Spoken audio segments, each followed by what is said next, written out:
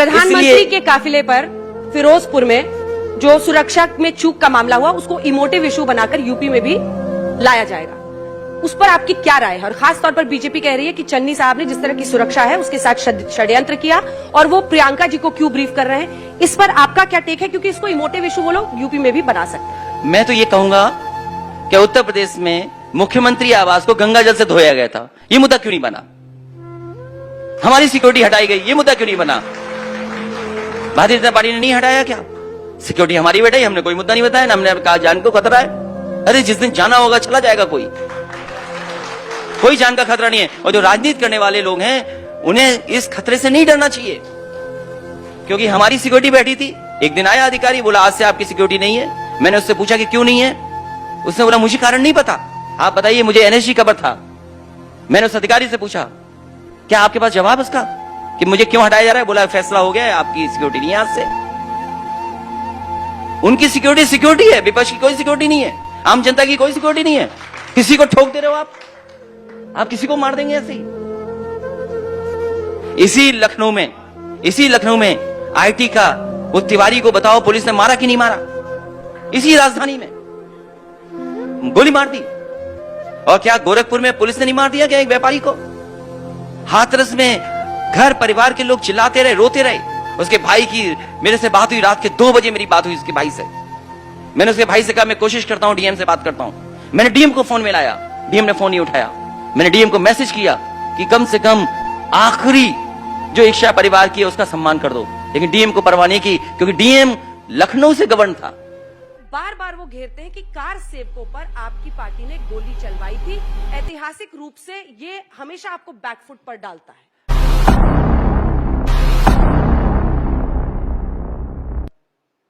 प्रधानमंत्री के काफिले पर फिरोजपुर में जो सुरक्षा में चूक का मामला हुआ उसको इमोटिव इशू बनाकर यूपी में भी लाया जाएगा, उस पर आपकी क्या राय है? और खास तो आप क्यों लेकर गए टोटी?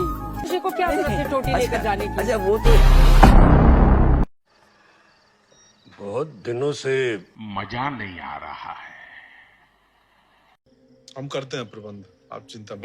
एक सवाल आता है कि अखिलेश यादव अपनी पार्टी के एक स्टार कैंपेनर है, बीजेपी के पास कई स्टार कैंपेनर है, बड़ी मशीनरी है, कैसे लड़ेंगे?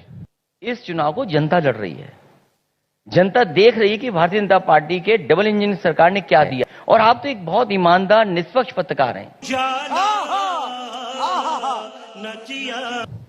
आप अगर वोट डालने जाएंगे तो क्या सोचेंगे?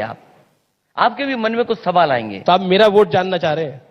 मैं वोट नहीं जानना चाहता हूं, मैं आपके मन से ये जानना चाहता हूं कि जब आप वोट डालने जाएंगे तो आपकी प्राथमिकता क्या होगी? 5% सस्ती बिजली कर रहे हैं, इसका मतलब यह है कि ये सस्ती बिजली दे सकते थे, लेकिन सस्ती बिजली नहीं दी। इनकी नीयत साफ नहीं है। इस सज्जन को क्या तकलीफ है भाई? क्या तकलीफ है इनको? और नीयत साफ इसलिए नहीं है कि हमारे मुख्यमंत्री आज तक बिजली के कारखाने का नाम नहीं रट पाए। उनके दिमाग में नहीं आता बिजली का कारखाना क्या है। वो इसलिए दिमाग में नहीं आता कि पर वो कहते हैं कि आपके दौर में तो बिजली आती ही नहीं थी, इस बार अब बिजली आती है तो शिकायतें कुछ हो जाती हैं। अब बिजली आती है, कहते आपके दौर में बिजली नहीं आती थी। इसीलिए मैंने कहा सबसे ईमानदार कट लंबे लगते थे। सबसे ईमानदार सच्चे पत्रकार आप हैं, निष्पक्ष पत्रकार हैं जी। और कम से कम आपको तमाम वो आकलन करना चाहिए कि बिजली के कारखाने किसने बनाए। आज हम उनसे ये जानना चाहते हैं उत्तर प्रदेश में 4.5 साल में कितनी लाठी आपने नौजवान को मारी है? आप भी तो वोट के लिए कर रहे हैं। जो नौजवानों को लाठी मारी है, वोट के लिए नहीं कर रहे। राम परशुराम आप वोट के लिए नहीं कर रहे। मैं भगवान कृष्ण का सपना आपको वोट के लिए नहीं आ रहा। नहीं, मुझे ये बात फिर अधूरी नहीं होनी चाहिए। इसीलिए मैंने कहा पूरे देश में सबसे निष्पक्ष पत्रकार आप हैं। जी जी जी।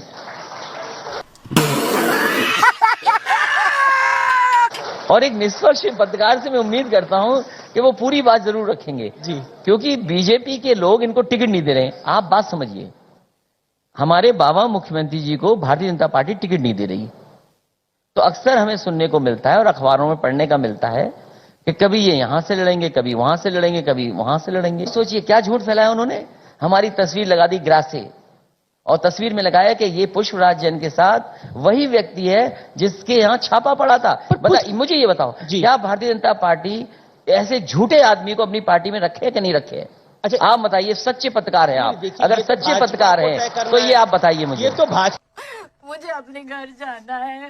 भाजपा को तय करना है, नहीं भाजपा अपनी नहीं, पार्टी में एक किसको सच्चे रखे पत्रकार या निष्पक्ष ना होता रखे। है। अब मैं बोल सकता हूँ कि पुष्पराज जैन को आप अपनी पार्टी में रखे या निकाले, नहीं, मैं क्यों नहीं बोल पुष्पराज सकता? जैन मेरे पार्टी के हैं, मैं स्वीकार कर रहा हूं, लेकिन एक आप निष्पक्ष पत्रकार हैं जी।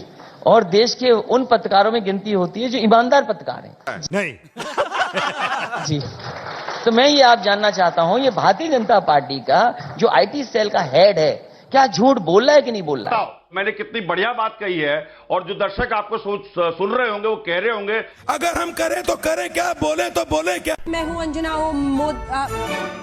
तो पूछ ही नहीं रहे। मैं तो चाह रही हूँ पूछना, लेकिन आप बीच में मुझे पॉज दें तो मैंने इधर ईमानदार पत्रकारों की सूची बनाई है, लिस्ट, नाम आपका भी है उसमें, है। सच बता रहा समझ रहे हो आप, समझ रहे हो? बता रहा हूं मैंने पूरे देश के इधर बैठ करके, जब से ये रथ रुक गया है चलना और वर्चुअल रैली होने लगी हैं, तो मैंने देश के ईमानदार पत्रकारों की सूची बनाई है। कल एक पत्रकार थे, उन्हें भी मैंने इंटरव्यू दिया था। थोड़ी मर्यादा रखिए। और आज मैं आपको इंटरव्यू दे रहा हूं। आपके आपसे सर्टिफिकेट अच्छा के- ईमानदार कोई नहीं है। मुख्यमंत्री रहे, उनके परिवार के दो लोग हैं, टिकट पाते हैं, वो परिवारवाद नहीं है। आप बताइए परिवारवाद की डेफिनेशन क्या है? चलिए आप अब बताइए आपके डेफिनेशन क्या है? मैनिफेस्टो पर ये आते वही हैं। डेफिनेशन है जो बीजेपी दे देगी आपको। इसीलिए तो मैं कहता हूं कि कितने ईमानदार नहीं, पत्रकार हैं आप।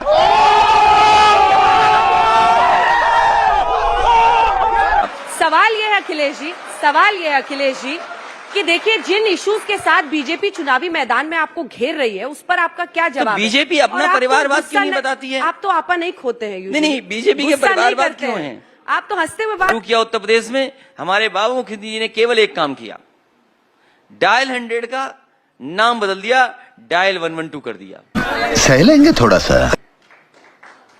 क्या बड़ा काम किया इन्होंने? क्या करते हो चौथियापन का?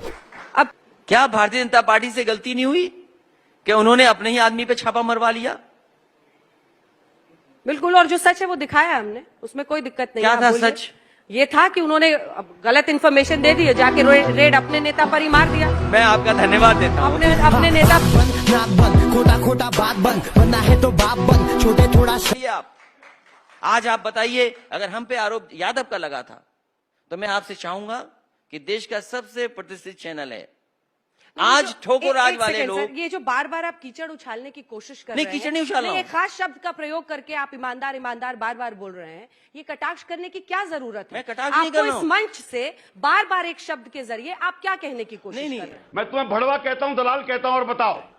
आप एक सम्मानित नेता हैं, मुझे ये समझ नहीं आ रहा कि आपको ये स्टैंड लेने की क्यों जरूरत है? अगर तारीफ भी बुराई लगने लगे तो मैं क्या करूं बताओ? आप उसको कटाक्ष की तरह कर रहे हैं और आपको लग रहा है कि यहाँ पर 10 ताली बजवाकर ये सही साबित कर देंगे। तो मैं आपको बड़े सम्मानजनक तरीके से एक दरख्वास्त करना चाहती हूँ। मैं आपसे सवाल पूछ रही हूँ, मेरे सवालों का जवाब दीजिए। बार बार एक शब्द की आड़ में किसी पर प्रहार करने की कोशिश मत कीजिए। मुझे इंटरवीन करना होगा। जली ना, तेरी भी जली ना। आप समाजवादी पार्टी के बड़े नेता हो सकते हैं, लेकिन आपको कोई अधिकार नहीं देता कि आप मेरे ऊपर इस तरह से टिप्पणी करें, कटाक्ष करें। सर, बड़े सम्मान के साथ मैं आपको बोल और रही हूं। मेरा भी अधिकार और ये है। करिए, मेरा ये धर्म है कि मैं आपसे सवाल पूछूं, मेरा ये धर्म है मैं बीजेपी से पूछूं, और आप पूछ लीजिए इस मंच से। हम लोग सुबह से सवाल पूछ रहे हैं, पता नहीं क्यों आज आपने बहन डर गई, बहन डर गई, बहन डर गई। कौन सी जात को फेवर कर रहे हैं? फिर आप पूछेंगी जात, मैं बोल दूंगा, फिर नाराज आप हो जाएंगी। कोई नाराज नहीं हो रहा। आप गलत शब्द बोलेंगे तो उस पर नाराजगी 100 बार गलत शब्द जाहिर नहीं, करूंगी। ईमानदारी गलत शब्द नहीं है। ध्येय से बोल रहे हैं ना आप, जिस ध्येय से बोल रहे हैं नहीं, नहीं, अखिलेश जी, नहीं। देखिए आप फिर वही खेल कर रहे हैं। आप फिर वही खेल कर रहे मैं हैं। आज के बाद ईमानदारी नहीं बोलूंगा। नहीं, ये हिपोक्रेसी की भी सीमा होती है। इस वीडियो के सामने आने के बाद सवाल तो बनता ही है, अगर हम करें तो करें क्या, बोले तो बोले क्या। लखनऊ के इशारे पर हो रहा था।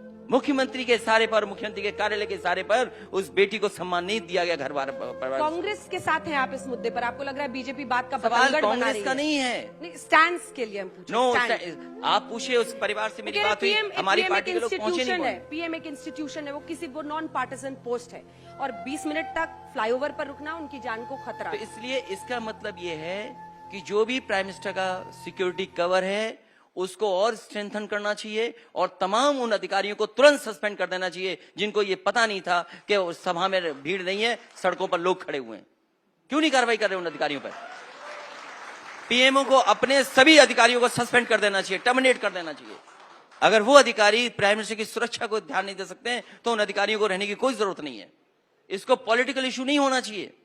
सबसे पहले उन्हें उन अधिकारियों को, उन वरिष्ठ अधिकारियों को सस्पेंड और टर्मिनेट करना चाहिए। और विपक्ष के लोगों की सिक्योरिटी नहीं है। एक दिन आया अधिकारी, बोला कि आज से आपकी सिक्योरिटी खत्म। मैंने कहा मैं कैसे जाऊंगा?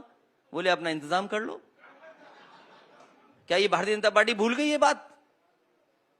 मैं जानना चाहता हूं क्यों हमारी एनएसजी कवर हटाया? क्या जवाब है आपके पास? कभी आपने मुद्दा नहीं पूछा कि आपकी एनएसजी कवर हट गई? चले चलते चलते अब टाइम्स अप लिखा हुआ चलवाई थी।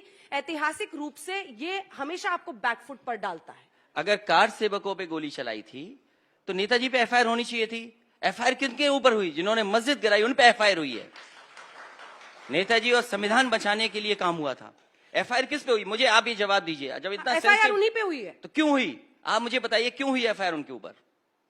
लेकिन वो तो पॉलिटिकली इसको भुना रहे हैं। मैं ये जानना चाहता हूं, पॉलिटिकली भुना रहे हैं। आप सर, देश की चिंता नहीं है आपको? नहीं, पॉलिटिकल चिंता है। भुनाएंगे वो पॉलिटिकली भुना रहे हैं। आप, पॉलिटिकल भुनाएंगे। देश की चिंता नहीं है आपको? नहीं, जिस तरह के राष्ट्रवाद और धर्म की राजनीति क्या हो रही है, तभी तो राष्ट्रवाद? सर आप भी इतना भव्य राम मूर्ति बना रहे हैं ना। सब क्या कहां करें? बना रहा हूं परशुराम, परशुराम जी की तो आपने मूर्ति लगवाई कोई अगर ना। मुझे बुलाएगा भगवान परशुराम के दर्शन के लिए तो मैं जाऊंगा। नकल तो वो कर। साफ कहा था, ये मंदिर मस्जिद का सवाल नहीं, देश की एकता का सवाल है। और देश की एकता के लिए हमारी सरकार की पुलिस को गोली चलानी पड़ी। मुझे अफसोस है लोगों की कुछ जाने कहीं, लेकिन जो आज बोल रहे हैं ये जरा जीवन में बता दें कौन सी महत्वपूर्ण भूमिका निभाई है। जो समाजवादी पार्टी को जातवादी कहने वाले लोग, उनकी मानसिक संतुलन सही नहीं है। जमाना इसलिए पॉलिटिक्स का है कि बीजेपी ने जानबूझ करके बदनाम करने के लिए एक न्यूज़पेपर के मालिक को साथ लिया। 2 अधिकारी थे जिन्होंने उसके अंदर फोन किया। सभी पत्रकारों को सुबह फोन गए हैं कि जाइए और वो उनका घर खाली हुआ है उसमें देखिए जाकर के। कई जगह उन्होंने यही कहानी बनाई और जानबूझ करके तो आप क्यों लेकर गए टोटी? क्या अखिलेश जी को क्या जरूरत है टोटी लेकर जाने की? अच्छा वो तो ये क्योंकि बीजेपी ने यही कहा कि जो आप कह रहे हैं लेके गया, तभी तो मैं कह रहा हूँ कि मुख्यमंत्री आज में चिलम निकलेगी। अगर आज कोई चेक कर ले तो वहां चिलम निकलेगी। ये कौन सी बड़ी बात हो गई?